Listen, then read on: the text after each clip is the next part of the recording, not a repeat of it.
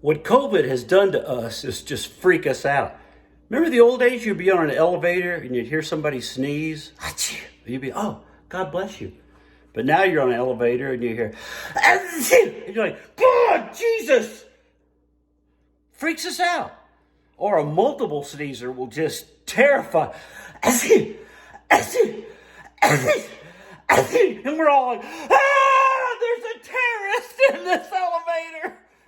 Oh man, if you get one of those weird sneezes, those people that do like, you're like, oh, it's the Hiroshima of sneezes. We're all gonna die in here. People are freaking out. I've got to get home. I have a wife and kids that need me.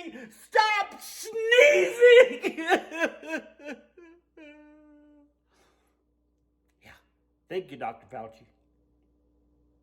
You scared the hell out of everybody.